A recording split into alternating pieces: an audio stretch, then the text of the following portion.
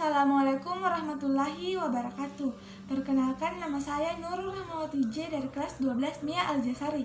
Pada kesempatan kali ini saya akan menjelaskan tentang siklus Krebs. Nah, siklus Krebs adalah siklus yang digunakan oleh organisme aerobik untuk menghasilkan energi.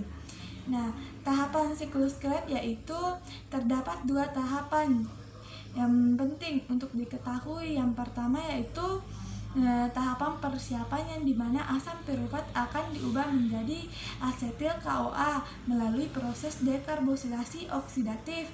Yang kedua yaitu tahapan dalam siklus yang dimana akan berlangsung di dalam matriks mitokondria. Nah, dekarbosilasi oksidatif ini yaitu senyawa hasil dari proses glukolisis yang berupa asam pirufat akan masuk ke tahap dekarbosilasi oksidatif yang terletak di dalam mitokondria, yaitu sel tubuh untuk kemudian menuju reaksi persiapan sebelum memasuki siklus Krebs. Nah, asam pirufat ini ya dari proses ini di glikolisis akan diubah menjadi asetil KOA melalui proses oksidasi. Proses oksidasi ini disebabkan karena pelepasan elektron sehingga menyebabkan komponen atom karbon berkurang. Hal ini ditandai dengan berkurangnya komposisi 3 atom karbon yang terdapat dalam asam pirufat yang berubah menjadi 2 atom karbon. Nah, hasil ini berupa asetil KOA, yaitu proses berkurangnya komponen karbon inilah yang disebut dengan dekarbosilasi oksidatif. Nah, selain dihasilkan asetil KOA, proses oksidasi dalam mitokondria ini juga mampu mengubah NAD+ menjadi NADH dengan cara menangkap elektron hasil akhir dari tahapan persiapan. Nah, ini berupa asetil KOA, CO2 dan 2 NADH. Nah, asetil KOA yang merupakan produk dari tahap ini yang akan digunakan untuk proses terjadinya siklus Krebs. Nah, dalam siklus Krebs terdapat 8 tahapan reaksinya yang terjadi secara terus-menerus. Nah, yang pertama yaitu 1. Pembuatan sitrat adalah proses awal dari yang terjadi dalam siklus Krebs, yang dimana terjadi proses konsentrasi asetil KOA dengan oksalesetat yang akan menentukan sitrat dengan enzim sitrat sintase. Yang kedua yaitu sitrat yang dihasilkan dari proses sebelumnya akan diubah menjadi isositrat dengan bantuan enzim akonitase. Yang ketiga yaitu enzim dehidrogenasi isositrat mampu mengubah isositrat menjadi ketolagluturat dengan bantuan NADH. Dalam proses reaksi ini juga terjadi pelepasan 1 molekul karbon dioksida. Nah, yang keempat yaitu alfa ketogluturat mengalami proses oksidasi sehingga akan menghasilkan suksinil KOA. Selama oksidasi ini, NAD+ menerima elektron atau reduksi menjadi NADH+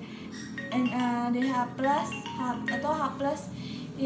Enzim yang menghasilkan reaksi ini adalah tahapan alfa ketogluturat atau dehidrogenase. Yang kelima yaitu suksinil atau KOA. Suksinil KOA akan diubah menjadi suksinat, energi yang dilepaskan atau digunakan untuk mengubah guanosin difosfat atau GDP dan fosforilasi atau PI yang menjadi guanosin trifosfat atau GTP. Nah, GTP ini kemudian akan digunakan untuk membuat ATP. Yang keenam yaitu suksinat yang dihasilkan dari proses sebelumnya akan dioksidasi menjadi fumarat ya, yang dimana ketika oksidasi inilah FAD akan menerima elektron atau reduksi dan menjadi FADH2. Nah, enzim suksinat ini dihidrogenase mengkatalisis pemindahan dua hidrogen dari suksinat.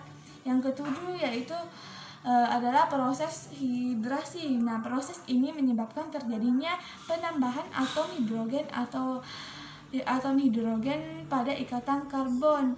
Nah, sehingga akan menghasilkan produk berupa malat. Yang kedelapannya itu malat kemudian dioksidasi untuk menghasilkan oksaloasetat dengan bantuan enzim malat dehidrogenase. Nah, oksaloasetat inilah yang akan menangkap asetil CoA sehingga siklus Krebs dapat terus menerus terjadi. Nah, hasil akhir dari tahap ini juga berupa NADH.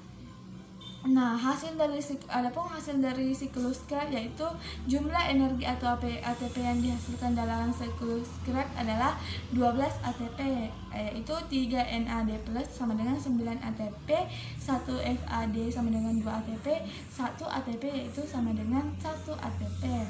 Nah, yang secara garis besar dapat kita simpulkan bahwa dari seluruh proses di atas yang saya jelaskan tadi, siklus Krebs bertujuan untuk mengubah asetil CoA dan H2O menjadi CO2 dan menghasilkan energi berupa ATP, NADH, dan juga FADH.